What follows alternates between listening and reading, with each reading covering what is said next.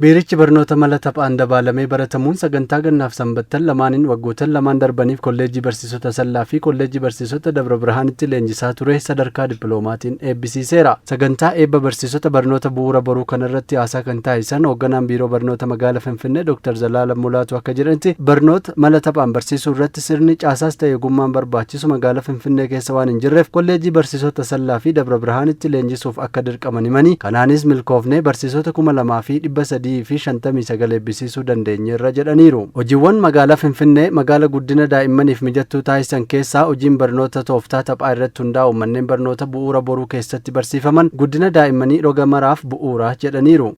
የቅድመ አንደኛ ደረጃ የሁሉ መሰረት የሆነው barnoonni bu'uura borii hojii itti gaafatamummaa dachaa barsiisota irraa barbaadu akkasumas barsiisonni bu'uura boruu balbala hundaaf kan banan daandii kan saaqanii fi bu'uura jabaa kan kaa'anidha. Kanas akkasumaan jennee osoo hin taane sababa irratti hundoofneeti.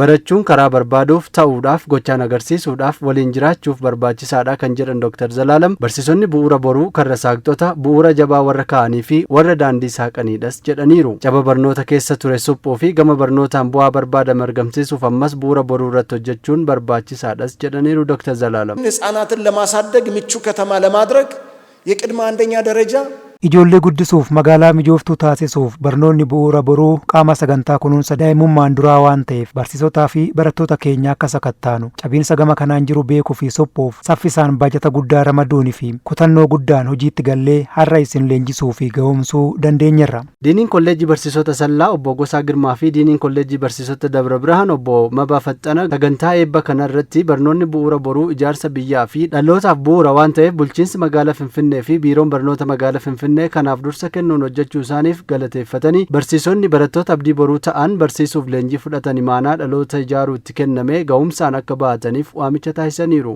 Barsiisonni barnoota bu'uura boruu gahee hamma hin jedhamne taphachaa waan jirtaniif baga gammaddan baga guyyaa kanaan isin gahe.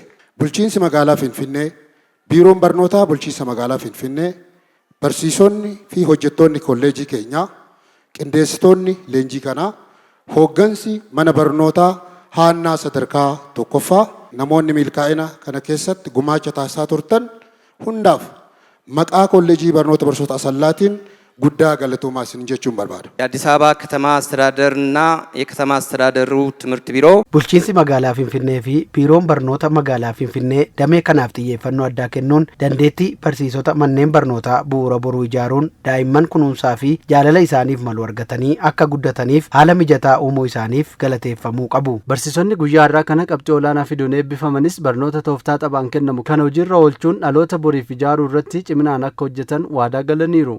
baay'ee barumsa namatti toludha.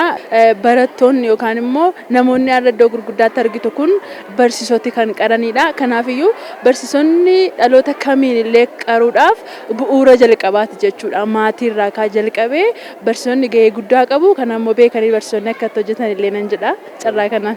Qophii baay'ee baranneerra. Barachuun qofti bu'aan qabu.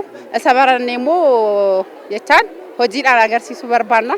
Kanaaf immoo hojiidhaaf agarsiisuudhaaf akka har'a waadaa galleetti hojii keenya seeraan xumurra jennee yaadna. Barnoonni nuti baranne haala taphaatiin kan nu barsiisanis haala taphaatiin bashannanaa nu barsiisanii nus haaluma sanaanii bashannanaa waan guddaatti jijjiiruu barbaanna jechuudha. Dureewwan kolleejjii barsiisota Asallaa fi kolleejjii barsiisota Dabra Birhaan dabalatee qaamolee gumaacha taasisaniif badhaasniif beekamtiin kennameera. Biiroon barnoota magaalaa Finfinnee barsiisota qabxii olaanaa galmeessaniif carraa barnoota digirii jalqabaa tola kennuuf murteesseera. Qaamolee milkaa'ina kanaaf tumsanis biirichi galateeffateera.